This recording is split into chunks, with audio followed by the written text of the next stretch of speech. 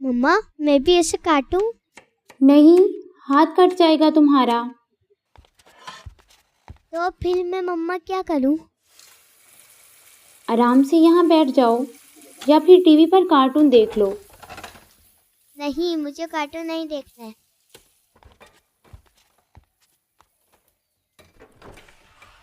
रिदा, fridge बंद करो और आराम से एक जगह बैठ जाओ।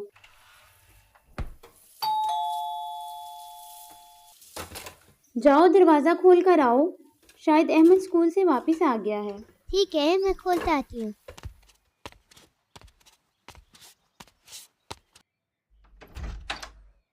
बाबा आप आए हैं? मुझे लगा अहमद भैया हैं। आप अहमद का इंतज़ार कर रही हो? हाँ बाबा, मुझे खेलना है।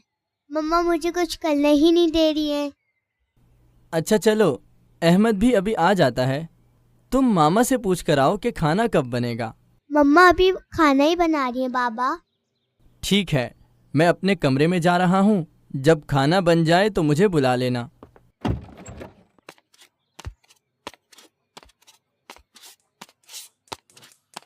मम्मा अहमद भाई नहीं आए, बाबा आए हैं और बाबा कह रहे हैं जब खाना बन जाए तो मुझे बता देना।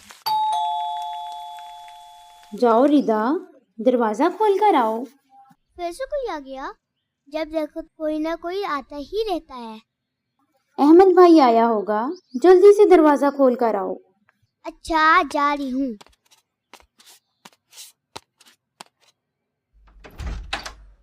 अस्सलाम वालेकुम। अहमद भाई। वालेकुम अस्सलाम। क्या कर रही हो रिदा? मैं मम्मा के साथ किचन में खाना बना रही थी। अच्छा, तो फिर क्या बनाया तुमने? अभी तो कुछ नहीं, मम्मा मुझे कुछ करने ही नहीं दे रही है। अस्सलाम वालेकुम मम्मा। वालेकुम अस्सलाम। चलो जल्दी से मुंह हाथ धो लो और यूनिफॉर्म चेंज करके आ जाओ। खाना तैयार है। आते हुए अपने बाबा को भी बुला लेना। अच्छा मम्मा। रिदा, तुम इधर आओ। ये प्लेट्स और ग्लास टेबल पर रखो एक एक करके, लेकिन ध्यान से गिरा मत देना। नहीं गिराती मम्मा।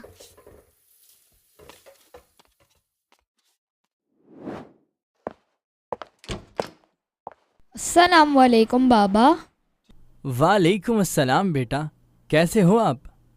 ठीक हूँ बाबा।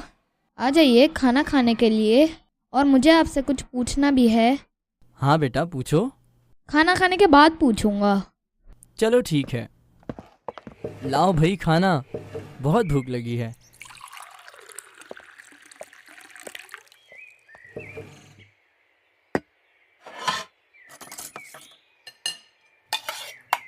बाबा आज आप मुझे लेके जाएंगे ना?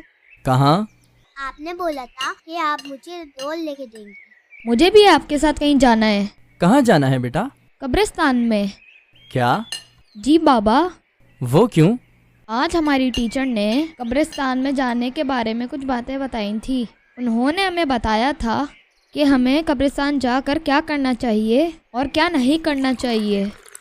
उन्होंने कहा था कि आप सब अपने पेरेंट्स के साथ कब्रिस्तान जाएं और आकर बताएं आपने वहाँ पे क्या किया और क्या नहीं किया। इसलिए मुझे आपके साथ कब्रिस्तान जाना है। अच्छा ठीक है, हम सुबह चले जाएंगे। मुझे भी तुम्हारे दादा जान की कब्र पर गए काफ़ी वक्त गुजर चुका है। हमारी टीचर ने बताया था कि कब्रिस्तान जाने के कुछ आदाब होते हैं। वो आदाब क्या हैं? बेटा, कब्रिस्तान जाने के आदाब में बहुत सारी चीज़ें शामिल हैं। पहले तो हमें इस नीयत से कब्रिस्तान जाना चाहिए कि हम इबरत हासिल कर सकें कि हमें भी एक न एक दिन यहीं आना है। कब्रिस्तान जाने का बुनियादी मकसद ही यही है कि हमें इस बात का एहसास रहे कि हमारी ज़िंदगी किस कदर मुख्तसर और फ़ानी है। अगर हमें अपनी कब्र और आखिरत याद रहे तो हम दूसरों के साथ जुल्म और ज़्यादती से गुरेज करेंगे और इस ज़िंदगी में नेक आमाल करेंगे। कब्रिस्तान जाने का एक अदब ये भी है कि वज़ू करके कब्रिस्तान जाया जाए और कब्रिस्तान में दाखिल होते वक्त सलाम किया जाए। क्या मरे हुए लोग हमारा सलाम सुनते हैं? हाँ बेटा, अगर अल्लाह चाहे तो हमारा सलाम उन्हें सुनवा सकता है। नबी करीम सल्लल्लाहु अलैहि वसल्लम ने हमें कब्रिस्तान में जाकर सलाम करने का हुक्म दिया था और अहादीस में आता है کہ اللہ تعالیٰ کچھ وقتوں میں قبر والوں کو سلام سنوا دیتے ہیں۔ آپ صلی اللہ علیہ وسلم نے ہمیں کچھ دعائیں بھی سکھائی ہیں جو ہم قبرستان جاتے وقت پڑھ سکتے ہیں۔ ان میں سے ایک دعا یہ ہے: السلام علیکم اہل الدیار من المؤمنین والمسلمین وإنا ان شاء اللہ للاحقون اسأل اللہ لنا ولکم العافیہ۔ ترجمہ: سلامتی ہو مسلمانوں اور مومنوں کے ٹھکانے میں رہنے والوں پر، ہم انشاءاللہ ضرور تمہارے ساتھ ملنے والے ہیں۔ میں اللہ تعالیٰ سے اپنے اور تمہارے لیے عافیت مانگتا ہوں۔ تمہارے ٹیچر نے تمہیں قبرستان جانے کے بارے میں کیا بتایا تھا؟ مما، ہماری ٹیچر نے بتایا تھا کہ قبرستان میں جا کر اس بات کا خیال رکھنا چاہیے کہ آپ کسی قبر کے اوپر پاؤں نہ رکھیں، کسی قبر سے ٹیک نہ لگائیں اور نہ ہی کسی قبر کے اوپر بیٹھیں۔ ہاں بیٹا، آپ کی ٹیچر نے آپ کو ٹھیک بتایا ہے۔ قبروں کے اوپر بیٹھنا یا پھر قبر کے اوپر چڑھنا سختی سے منع ہے۔ بالکل، بلکہ مجھے نبی کریم صلی اللہ علیہ وسلم کی ایک حدیث یاد آ رہی ہے جس کا مفہوم یہ ہے کہ نبی کریم صلی اللہ علیہ وسلم نے فرمایا، اگر کوئی شخص آگ کے انگارے پر بیٹھا ہو اور وہ اس کے کپڑوں کو جلا دے تو یہ قبر پر بیٹھنے سے بہتر ہے۔ قبرستان جا کر شور نہیں مچانا چاہیے، وہاں کھیل کود بھی نہیں کرنی چاہیے اور دعا مانگنی چاہیے۔ ٹھیک ہے، جب میں کل آپ کے ساتھ جاؤں گا تو ان تمام باتوں کا خیال رکھوں گا۔ ردا، مجھے یہ گلاس اور پلیٹس لا کر دو۔ بابا مجھے ڈول لے کے دینا۔ اچھا بھائی، تمہیں ڈال بھی لے دوں گا۔ پہلے ساری پلیٹس ایک ایک کر کے ماما کو اٹھا کر دو، پھر ہم ڈال لینے چلیں گے۔ ٹھیک ہے بابا۔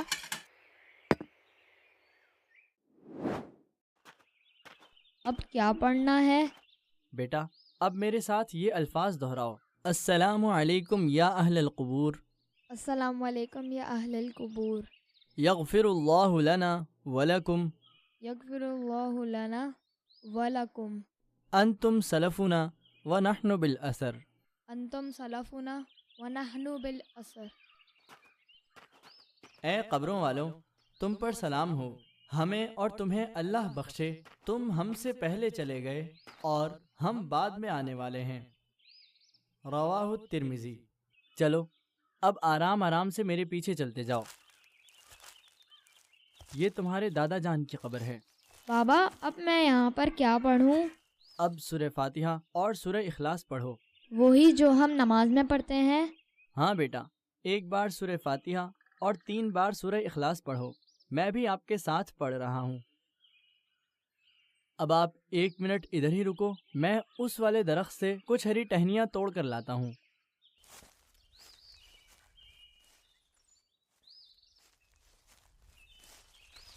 بابا، ان کو قبر پہ کیوں رکھا ہے؟ بیٹا، نبی کریم صلی اللہ علیہ وسلم نے 2 قبروں پر ہری ٹہنیاں رکھی تھیں اور کہا تھا کہ جب تک یہ ہری رہیں گی اللہ کا ذکر کرتی رہیں گی، اس لیے ہم لوگ یہ عمل کرتے ہیں، لیکن اصل چیز دعا اور مغفرت کی التجا ہے۔ چلو اب آپ اپنے دادا جان کے لیے مغفرت کی دعا کرو، پھر ہم واپس چلتے ہیں۔ آمین۔ اللہ ہمیں بھی اپنی قبر اور آخرت کی تیاری کرنے کی توفیق عطا فرمائے۔